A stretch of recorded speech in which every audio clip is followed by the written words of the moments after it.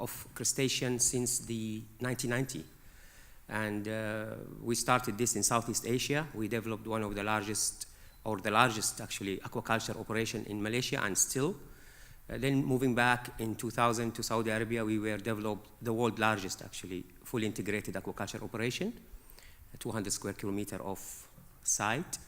Moving on, I chair the national, I would say, panel which formulated the strategy, the national strategy for aquaculture development. And currently, I'm involved, in addition to that, with, I'm a director in Arabian Shrimp Company. I think so, the history has been associated with aquaculture, but mainly with shrimp farming. Now, down to our colleague in the panel here, I will not say much. I will just say Sebastian, Antonio, and Patrick, and I will let them do the hard job now on my behalf. Thank you, please. Thank you, Haider, and thank you, BioMarine, for organizing such a wonderful time. I'm Sebastian Ferraz. I'm a marine and molecular biologist, co-founder and chief scientific officer of Lagosta. Lagosta is a new, innovative Swiss aquaculture company focusing mainly on raising spiny lobsters of the Mediterranean species. My broad interest lie in crustacean aquaculture, of course, but also in aquaculture in general, and how aquaculture could, in the near future and in a sustainable manner, potentially feed the world. And among crustacean aquaculture, my interest also lie in the fact that today we discovered that there are also a huge opportunity to treat and use the byproducts generated by the crustacean. So, thank you. Yeah, brief. Antonio, please. More brief than what we agreed on, but that's good. Hello, everyone. Thanks. It's great to be in such good company here at BioMarine. I'm a recently minted PhD from the Joint School of Nanoscience and Nanoengineering, and I'm one of the co-founders of Kepley Biosystems Incorporated. We're a new company, and as I mentioned, I come from a nanoscience school, and my background is in discovering novel nanomaterials, and what I would do is I would see how these would interact with cells in the body. So molecular interaction with small molecules was something that was very dear to me. When we created Kepley Biosystems, we had an idea to create a synthetic crab and lobster, a synthetic crustacean bait, to replace bait fish, which are being commonly used by a lot of different industries. So I moved from humans and nanomaterials to small molecules and decapod crustaceans, specifically the lobster. And right now we're starting to manufacture some baits. We're a new company, and we're trying to understand and unravel these mysteries of attraction between these species. Thank you. I have been 25 years in this field, and I have never heard something like that. You will hear something very exciting, really. Let's wait. Patrick, thank you. Hello, good morning. My name is Patrick Lavens. I'm the Innovation and New Business Development Manager or Director of NV Aquaculture. I'm with aquaculture already for a long time, over 30 years. Fortunately or unfortunately, I don't know. And, so already a long time, in fact, since more or less the beginning of aquaculture, I would say, when it really took off. That's the same thing with NV Aquaculture. I mean, our company is in business since '83 already, so a long time. Working especially with respect to hatchery nutrition, and also more recently then on health products for aquaculture. Our main fields where we are applying these type of products are for shrimp, marine shrimp then mainly, and then also into fish, marine fish, which then mainly means the bass and bream industry in Europe. Thank you. You are the most senior person in this group. Yep, unfortunately. So, yeah. Now, because of that, we will start with you. Okay. What is crustacean aquaculture? What you can tell us about this? Well, first of all, I would say crustacean aquaculture is definitely an important sector within the field of aquaculture as such. And if you look at total production figures, I mean, if you just look to the main species in that respect, the first one would be for marine shrimp, the Penaeid shrimp, which at this moment is totaling more than 3.5 million tons of aquaculture production as such, which is in fact more than 50% of the total fisheries activity for Penaeid shrimp. So it's a very high level already. It's still increasing in a way. When you look to the biggest production areas, first of all, China, definitely. At this moment, they are producing approximately 1.8 million metric tons of Penaeid shrimp. It has gone down over the last couple of years, especially because of a very important disease, what is called early mortality syndrome, EMS, which really has attacked that industry for close to 40% reduction in production activity in some of the areas, not in all of the areas. Then for the rest, I think Southeast Asia, second most important area.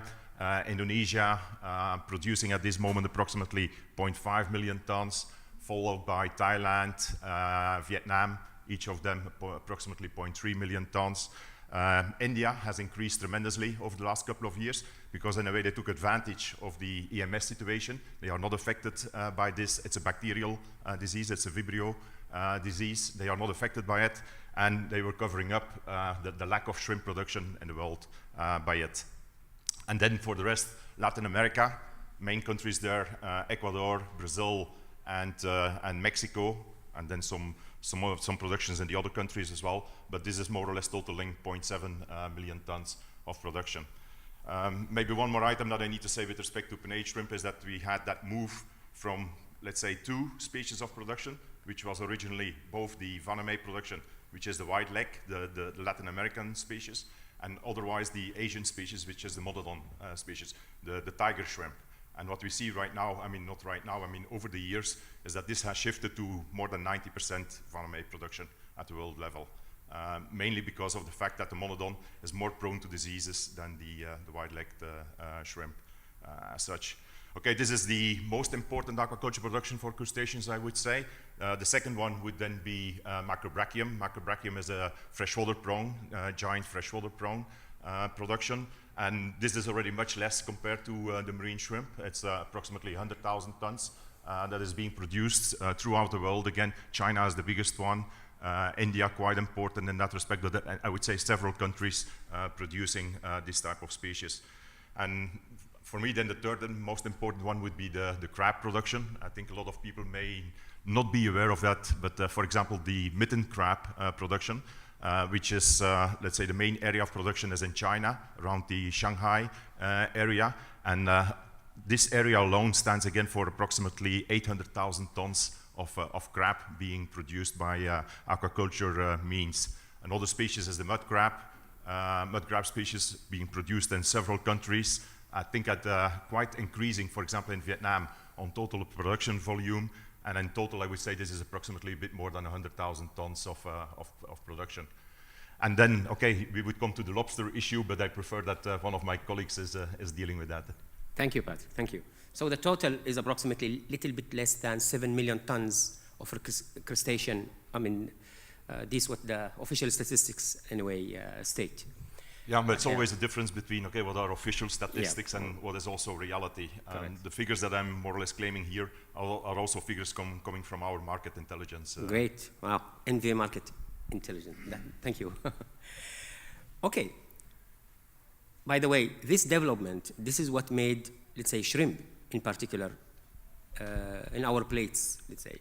It's allowed, like salmon industry. So aquaculture made shrimp available to consumers everywhere in the world, anytime.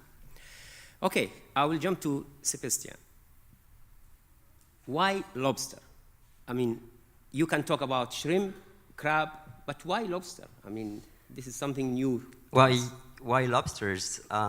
Essentially, we are essentially in the spiny lobsters field. So the question would be... he's insisting.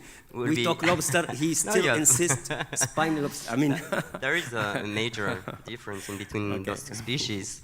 So why spiny lobsters? Just because no one has ever succeeded to farm spiny lobsters so far. So that's a pretty good challenge. a very interesting challenge. And because as a marine biologist, I'm passionate about marine life and especially about spiny lobsters, because Anthony will probably talk a little bit more about all the biology, the physiology of these species. But it's very interesting and really challenging to try to overcome the farming of spiny lobsters. It's also among the worst, most highest value seafood product in the world. They are marketed in 90 different countries and represent a wholesale market of over $1 billion. So that can be pretty interesting as well in terms of economics. I'm gonna talk also especially about the species that we are trying to farm, that we are farming right now, which is the Mediterranean species, Palyneurus elephas, because it offers two main advantages. The first one is that it's among the highest value species of all the 200 different spiny lobsters we have in the world, but also it has the shortest larval development. So we'll come to that question maybe a little bit better, but that's a key point in succeeding in controlling the development and the farming of spiny lobsters. And finally, spiny lobsters also offers through the byproducts that they can generate a huge opportunity market of additional resources. And maybe that's something we're going to talk a little bit later in the session.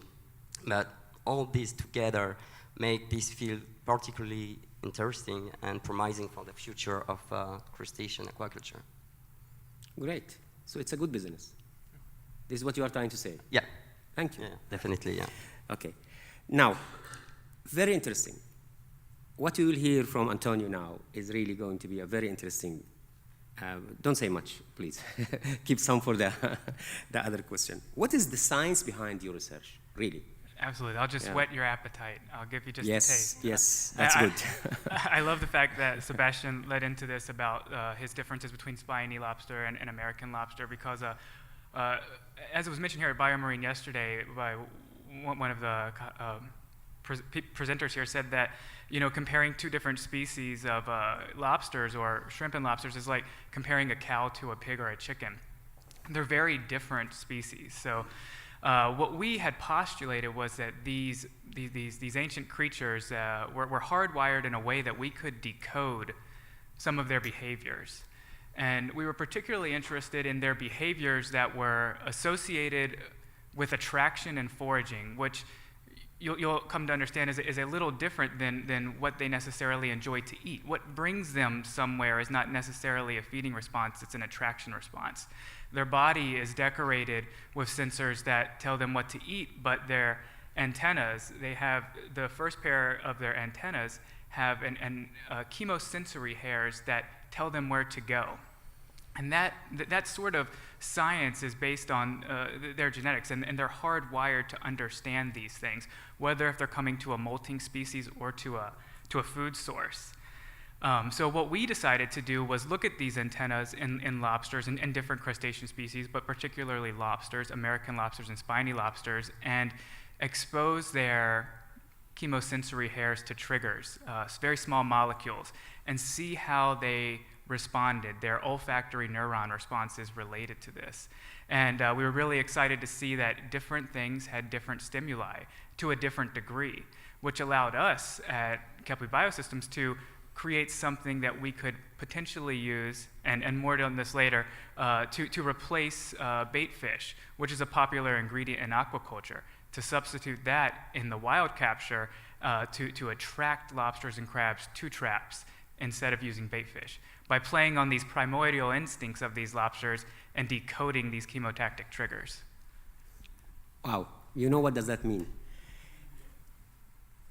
One day, they will put that material probably in a diver's pocket when he go down, and he will end up, you know, covered by millions of lobsters. Maybe. We will find out now. National Geographic will love us. Okay, I will go to Patrick. you've just said you've been involved personally in crustacean aquaculture since the early 80s. INVE as well, I would assume. Yes. Now, tell us in 2 minutes where you see your role in developing the aquaculture industry, in particular crustacean and specifically shrimp, over the past 30 years. What really we need to tell our audience on this, viewers? Well, first of all, you need to see what are the biggest challenges with respect to the further development of aquaculture, or specifically even in that case, shrimp culture. Generally speaking, what we see is a trend towards intensification and integration. But that means so higher densities, meaning also that there are a lot of things that can happen at that moment. And indeed, these are the challenges. Challenges with respect, I just mentioned a while ago about EMS already. I mean, the disease aspect in shrimp is definitely there. I mean, we have that EMS situation presently, which is a relatively new disease. There is another one just coming in, which is called EHP. EHP stands for a parasite, Sporidium parasite into shrimp. We have a viral disease in shrimp, the white spot disease, which is also very devastating. So I think better controlling the disease aspect in shrimp in order to come to more sustainable production, a continuous, stable production of shrimp, is definitely a challenge in that respect. And I think we can learn, and in the shrimp industry, I think we can learn from what happened already at the salmon industry, where they really took care about biosecurity, for example. And I think a complete health management practice is really important into the shrimp industry. And that's, for example, also one of the items that for us as a company that we are very much involved into. I set up for the company some 8 years ago the health department, and we are still focusing more and more on that type of aspect, so that we have better tools for a holistic approach into disease prevention in shrimp. That's one of the activities. Second one, what is for us also important, is PL quality. I mean, what are you stocking? The seed that you are stocking in at the farm level. Because a lot of people, they think, okay, it has to be cheap, always. I mean, that's the first idea. But finally, we need to look, what will these PLs do? And what we see already is that if the PL quality is not sufficient, is that later on we have a growth retardation, we have higher mortality rates occurring. And for example, as some other people, some other organizations are stating as well, is that it's one of the causes of the EMS disease, because the robustness of the PLs at stocking is insufficient.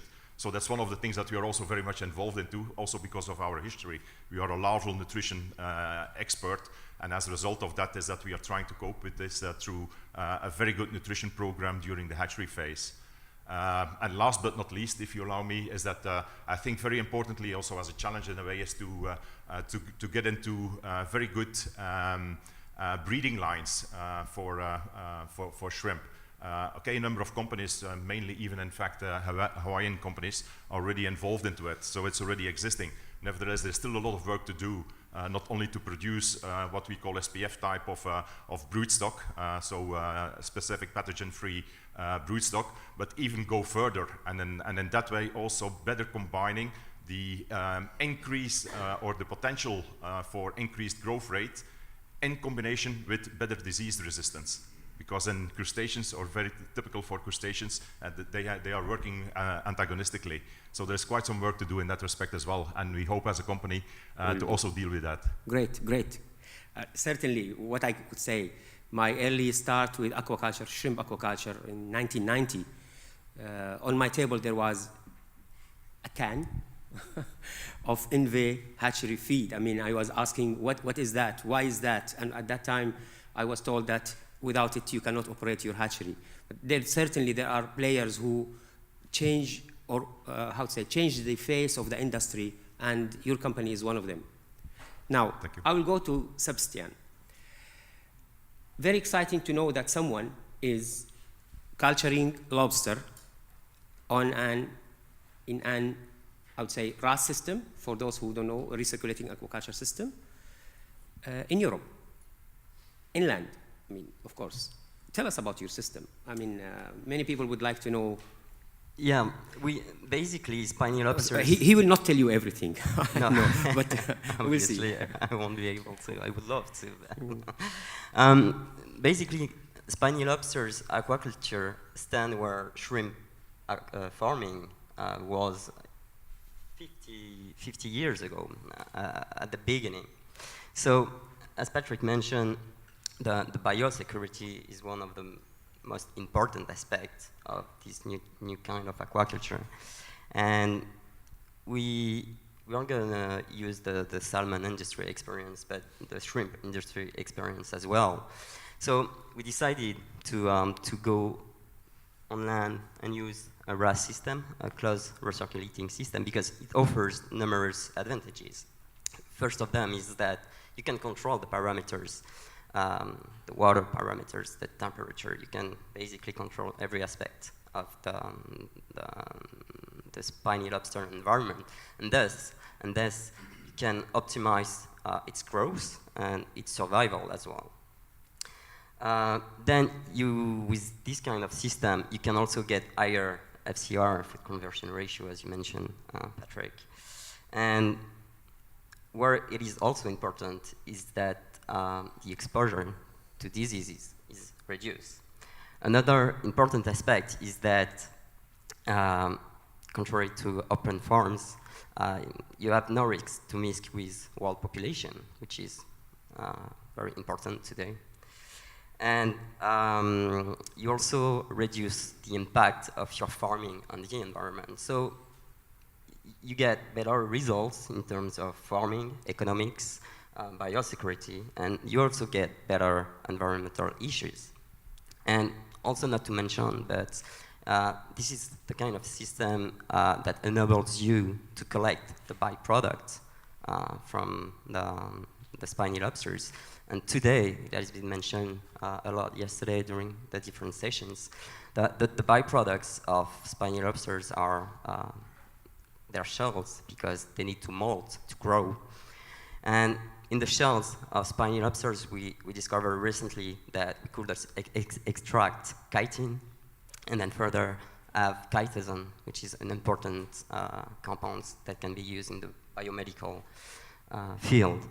You can also extract pigments, such as astaxanthin, which is a nice compound as well, and many other different compounds, omega-3, and many others to discover, because it's a brand new field.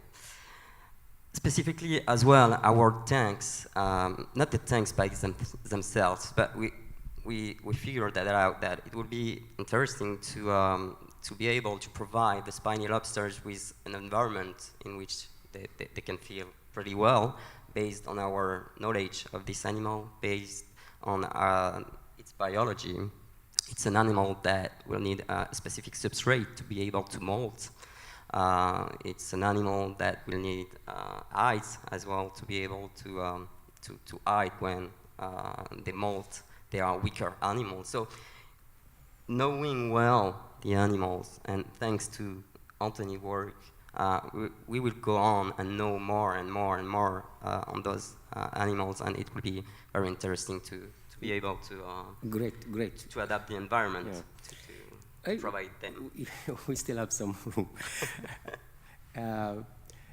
One day, maybe, very important, these systems will allow the utilization of the byproducts of crustacean.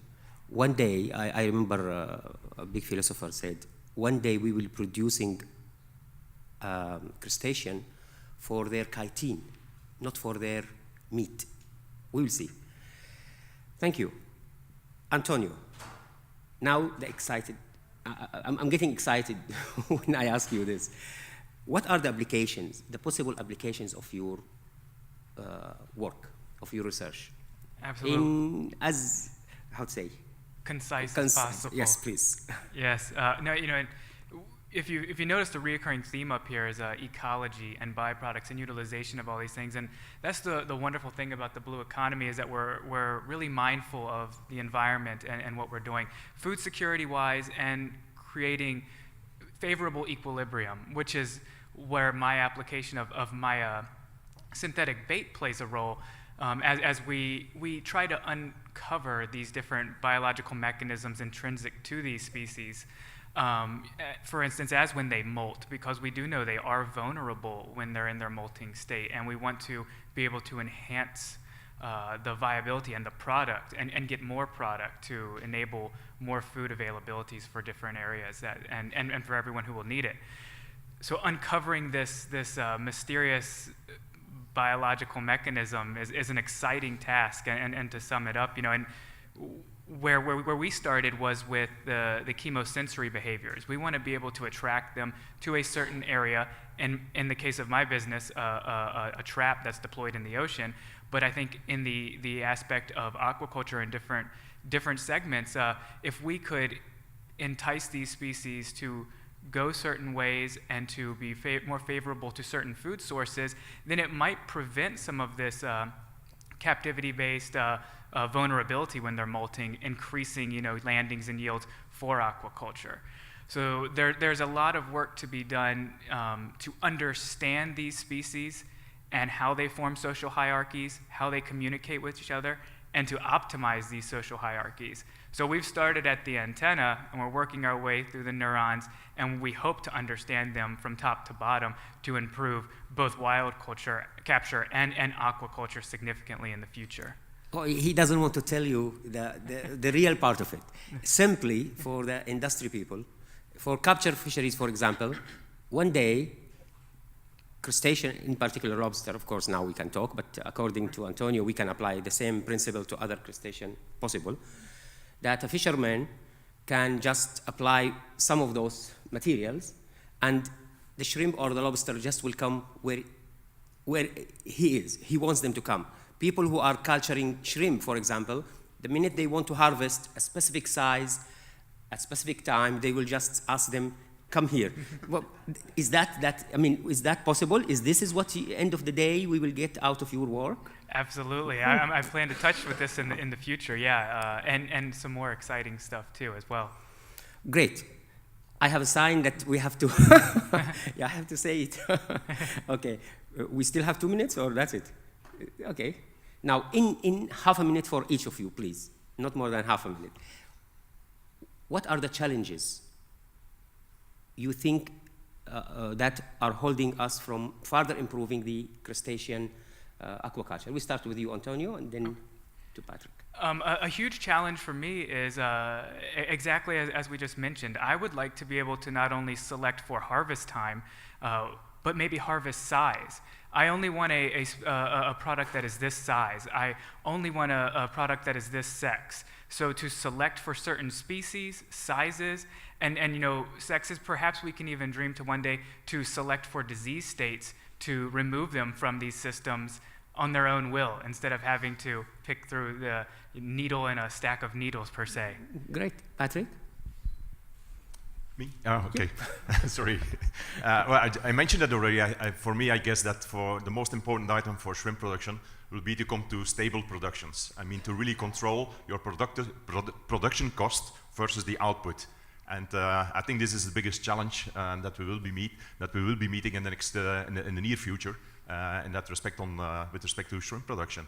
And I hope that we can be part of that in attaining it. Great. Sebastian? The big challenge that needs to be overcome will be, as you mentioned it, to get the cost between the inputs and the outputs to be correct, depending on the industry. And as far as the spiny lobster aquaculture is concerned as well, we also need to fund research a little bit more to overcome the complex life cycle of the larval development that still needs to be completed and studied. Thank you. Nobody mentioned finance. Okay, money. Now, at the end, really, I would like to thank BioMarine and for this invitation, and would like to thank our distinguished panel and our viewers here and on BioMarine TV.